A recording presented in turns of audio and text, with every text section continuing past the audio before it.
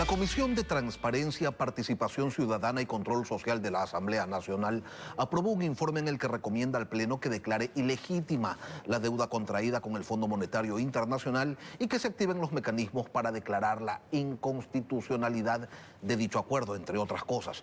Que ello implicaría, pues, algunos riesgos para el país. Se advierte desde la Cámara de Comercio de Quito y su titular, Mónica Heller, nos acompaña esta mañana. Doctora, buenos días, bienvenida a Contacto Directo.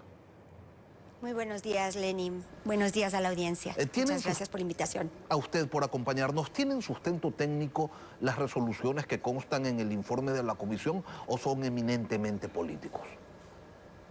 Mire, yo entiendo que hay sectores a quienes les molesta la negociación con el Fondo Monetario Internacional.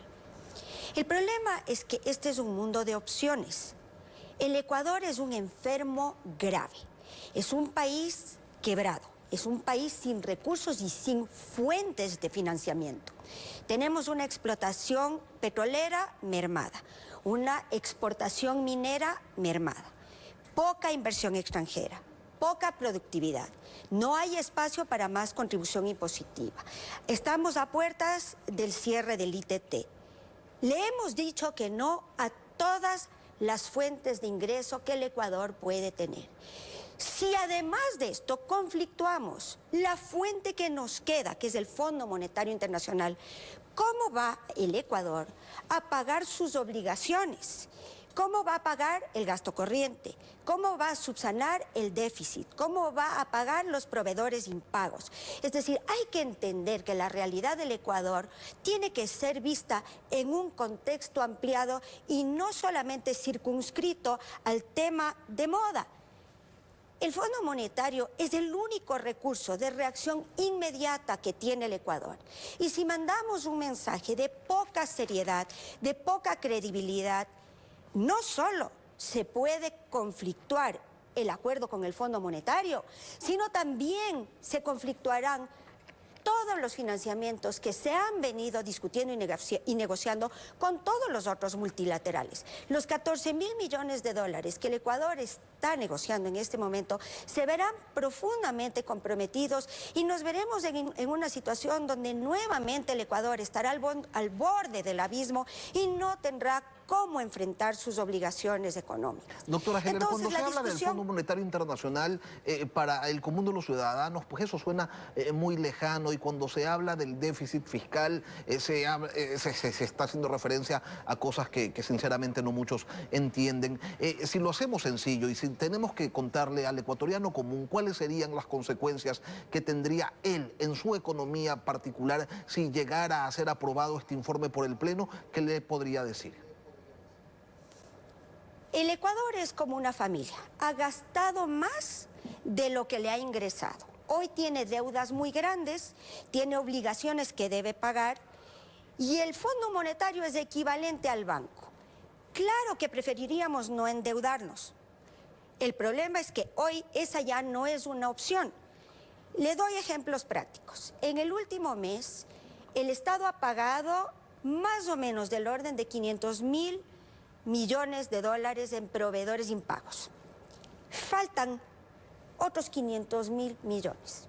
500.000. Si no hay ingresos para el Estado, ¿con qué dinero pagará el Estado ecuatoriano esos proveedores que llevan impagos meses? Otro ejemplo, las deudas con los GATS. Más o menos el Estado pagó en los últimos 30 días del orden de 400 millones de dólares a los GATS ecuatorianos. Faltan otros 400 millones. Esos son dineros que ingresan al sistema, que permean en la sociedad, que generan obra, que permiten pagar sueldos, que permiten subsanar obligaciones como por ejemplo los proveedores de salud. Por supuesto, no estamos en el nivel en el que nos gustaría estar porque las deudas todavía son muy grandes y todavía hay deficiencias que se acarrean desde hace muchos meses. Pero de a poco hemos visto unas mejoras en los últimos días que, a pesar de que no son las que quisiéramos y que todavía no se sienten sustancialmente en la economía del Ecuador, van haciendo avances que son importantes. Pero si nuevamente nos contraemos y no hay dinero que circule, esos proveedores no serán pagados. Doctora. Los GATS no serán pagados. Y todo esto repercutirá en el quehacer económico del Ecuador y en el bienestar de los ciudadanos. Los críticos del acuerdo y de la gestión económica del gobierno dicen, ok, ¿cómo es posible entonces que existiendo tantas deudas y tantos saldos por cancelar, el país reciba $1.000 millones como primer desembolso por parte del fondo y destine 800 para pagarle al mismo fondo unas deudas antiguas? ¿Qué explicación tiene eso? Yo la conozco, pero le invito a que la exponga, doctora. Claro, esto es como cuando un individuo le debe al banco y le dice: banco, necesito que me preste más de lo que ya me prestó.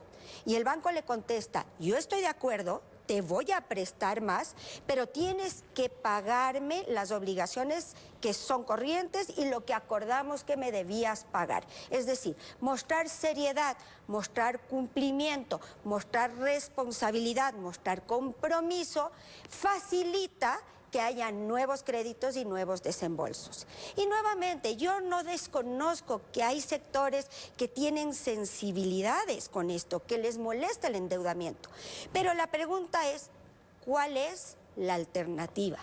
Esto desde el clamor ciudadano, es decir, no podemos politizar estas conversaciones porque no son conversaciones políticas, estas son conversaciones económicas, técnicas, de realidad del país. Como yo le decía al inicio de la entrevista, Ecuador es un país enfermo y es un país enfermo de gravedad.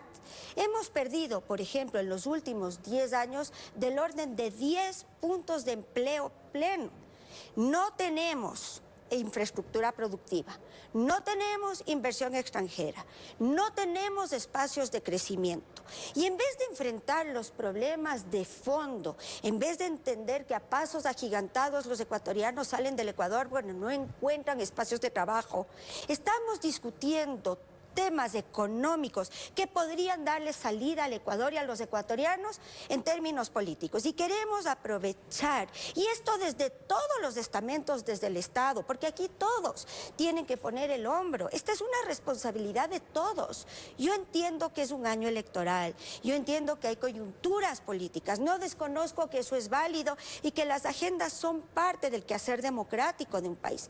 Pero este no es el momento para conflictuar las reales posibilidades del Ecuador, aunque no sean las mejores o las que quisiéramos, pero son las únicas que tenemos para Doctora, salir de un estado grave y tratar de proyectarnos al futuro. Ahora, ustedes hacen lo lógico, lo responsable, un llamado a los políticos para que dejen de lado este conflicto que se ha extendido más allá de lo deseable, pero ¿cree usted sinceramente que estos pedidos van a encontrar a alguien que los recoja? Yo espero que sí. Yo espero que desde la ciudadanía podamos hacer un clamor conjunto y pedirle a todos los actores del Estado, no solo a los actores políticos, a la academia, a la ciudadanía, a los gremios, al sector productivo. Es responsabilidad de todos curar al enfermo, porque creo que un problema importante que tiene el Ecuador y que tenemos como sociedad es que no estamos discutiendo las verdades, la seriedad de nuestra situación y la falta de alternativas, y permitimos que toda la conversación país se enfoque en lo político y en la coyuntura, cuando en realidad es responsabilidad y peso de todos entender cuál es el estado de cosas y buscar soluciones urgentes, técnicas y profundas que nos ayuden a salir del bache y ojalá proyectar un mejor futuro para el Ecuador. Mónica Heller, presidenta de la Cámara de Comercio de Quito. Doctora, gracias por acompañarnos esta mañana aquí en Contacto Directo. Gracias por la invitación.